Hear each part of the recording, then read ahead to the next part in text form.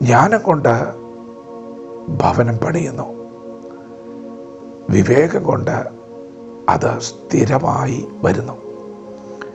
പരിജ്ഞാനം കൊണ്ട് അതിൻ്റെ മുറികളിൽ വിലയേറിയതും മനോഹരവുമായ സകല സമ്പത്തും നിറഞ്ഞു വരുന്നു. ദൈവത്തിൻ്റെ മാറ്റമില്ലാത്ത വചനം ശ്രദ്ധിക്കുന്ന പ്രിയപ്പെട്ടവരെ, ജ്ഞാനികളിൽ ജ്ഞാനിയായ ശലോമോൻ്റെ സദൃശ്യവാക്യങ്ങളാണ് നിങ്ങളിപ്പോൾ കേട്ടത്. ശലോമോൻ ജ്ഞാനികളിൽ ജ്ഞാനിയാണ്. എങ്ങനെയാണ് ശലോമോൻ ജ്ഞാനിയായത്? ഇസ്രായേലിനെ ഭരിക്കുവാനുള്ള ഒരു നിയോഗം ശലോമോന് വന്നപ്പോൾ ശലോമോൻ ആദ്യം ദൈവത്തിന് ആരാധന കഴിച്ചു. ദൈവത്തെ അവൻ ആരാധിക്കുവാൻ തുടങ്ങി. അന്ന് രാത്രി ദൈവം അവന് പ്രത്യക്ഷനായി. യഹോവയായ ദൈവം അവനോട് ചോദിച്ചു, ഞാൻ നിനക്ക് എന്ത് വരമാണ് തരേണ്ടത്? ശലോമോൻ ദൈവത്തോട് പറഞ്ഞു, ഈ ജനത്തെ ന്യായപാലനം ചെയ്യുവാൻ എനിക്ക് ജ്ഞാനവും വിവേകവും തരണം. ദൈവം അവൻ്റെ ചോദ്യം കേട്ടിട്ട് അവനോട് പറഞ്ഞു, സമ്പത്ത് ചോദിക്കാതെ, ശത്രു സംഹാരം ചോദിക്കാതെ, നീ ജ്ഞാനം ചോദിച്ചതുകൊണ്ട് ഞാൻ നിനക്ക് ജ്ഞാനം തരാൻ പോവുകയാണ്. അതുകൂടാതെ ഞാൻ നിനക്ക് സമ്പത്തും തരാൻ പോവുകയാണ്. പ്രിയപ്പെട്ടവരെ, എങ്ങനെയാണ് ശലോമോൻ അങ്ങനെ ചോദിക്കാൻ കഴിഞ്ഞത്? ചോദിക്കാൻ ഒരവസരം കിട്ടിയാൽ ഇത്ര ശ്രേഷ്ഠമായത് ആദ്യം തന്നെ ചോദിക്കാൻ എങ്ങനെയാണ് അവന് സാധിച്ചത്?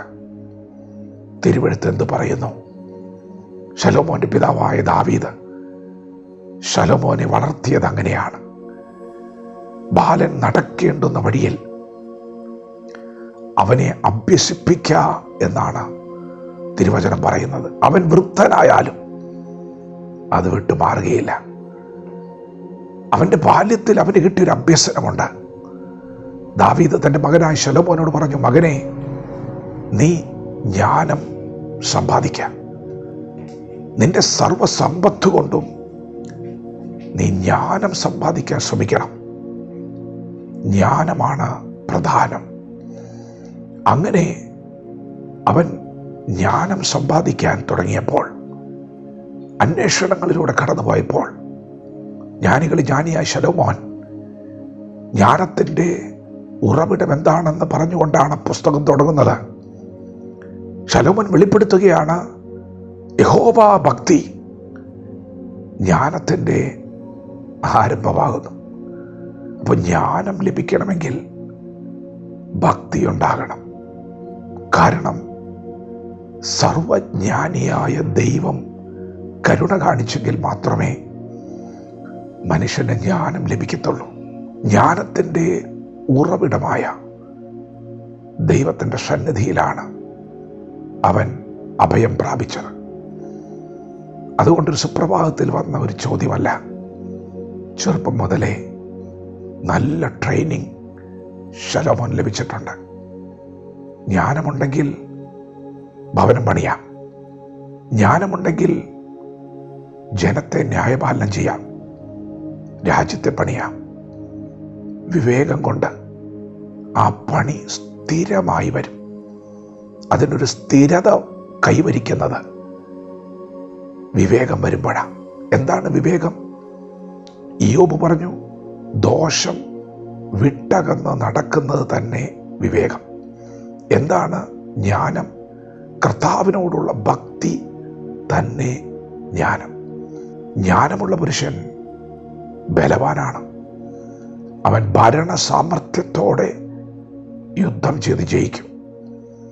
പ്രിയപ്പെട്ടവരെ, എന്ത് ജ്ഞാനമാണ് ദൈവം നമ്മിൽ പകർന്നിരിക്കുന്നത്! പുതിയ നിയമത്തിൽ ദൈവം നമുക്ക് നൽകിയ വെളിപ്പാട് പറയാതിരിക്കാൻ വയ്യ. ദൈവജ്ഞാനമായ ക്രിസ്തു, ഏറ്റവും വലിയ അറിവ് ക്രിസ്തുവാണ്. ദൈവം തൻ്റെ പുത്രനെ ഈ ലോകത്തിലേക്ക് അയച്ചു. നമ്മുടെ പാപങ്ങൾ മുഴുവൻ അവൻ്റെ മേൽ ചുമത്തി. യേശു നമുക്ക് വേണ്ടി ക്രൂശിൽ മരിച്ചു. മരണത്തെ, പാപത്തെ ജയിച്ചുകൊണ്ട് അവൻ ഉയർത്തെഴുന്നേറ്റു. വിശ്വസിക്കുന്ന ഏവർക്കും അവൻ നിത്യജീവൻ നൽകുന്നു. ഇതാണ് ഏറ്റവും വലിയ ജ്ഞാനം. ഒന്നുകൂടി ദൈവത്തിന് പറയാനുണ്ട്. ക്രിസ്തു നിങ്ങളുടെ അകത്തുണ്ട്. അതാണ് ജ്ഞാനത്തിൻ്റെ അടുത്ത ലെവല്. യേശു ക്രിസ്തു ഭൂമിയിൽ വന്നു, നമുക്ക് പകരമായി തകർക്കപ്പെട്ടു, ഉയർത്തെഴുന്നേറ്റു. അതുകൊണ്ട് തീർന്നില്ല, അവൻ നിന്റെ അകത്ത് വന്നിട്ടുണ്ട്. പ്രിയപ്പെട്ടവരെ, അതൊരു ധൈര്യമാണ്, അത് ജ്ഞാനമാണ്, അപ്പോൾ തന്നെ അതൊരു ധൈര്യമാണ്. എൻ്റെ ദൈവം എന്നോട് കൂടെയുണ്ട്. ആ ദൈവത്തിൻ്റെ സാന്നിധ്യം തിരിച്ചറിയുന്നവർക്ക്, ആ ബലം ധരിക്കുന്നവർക്ക് വീട് പണിയാം. ആ ബലം ധരിക്കുന്നവർക്ക് രാഷ്ട്രത്തെ വരെ പണിയാം. ഇന്ന് പകൽ പരിശുദ്ധാത്മാവ് നൽകുന്ന ഏറ്റവും വലിയൊരു ജ്ഞാനം, നിങ്ങളോട് കൂടെ ദൈവമുണ്ട്. ദൈവത്തോട് കൂടെ നടക്കുക, ഭക്തി മുറുകെ പിടിക്കുക. ഈ വചനങ്ങളാൽ ദൈവം നമ്മെ ഓരോരുത്തരെയും പകൽ അനുഗ്രഹിക്കുമാറാകട്ടെ. ആമേൻ.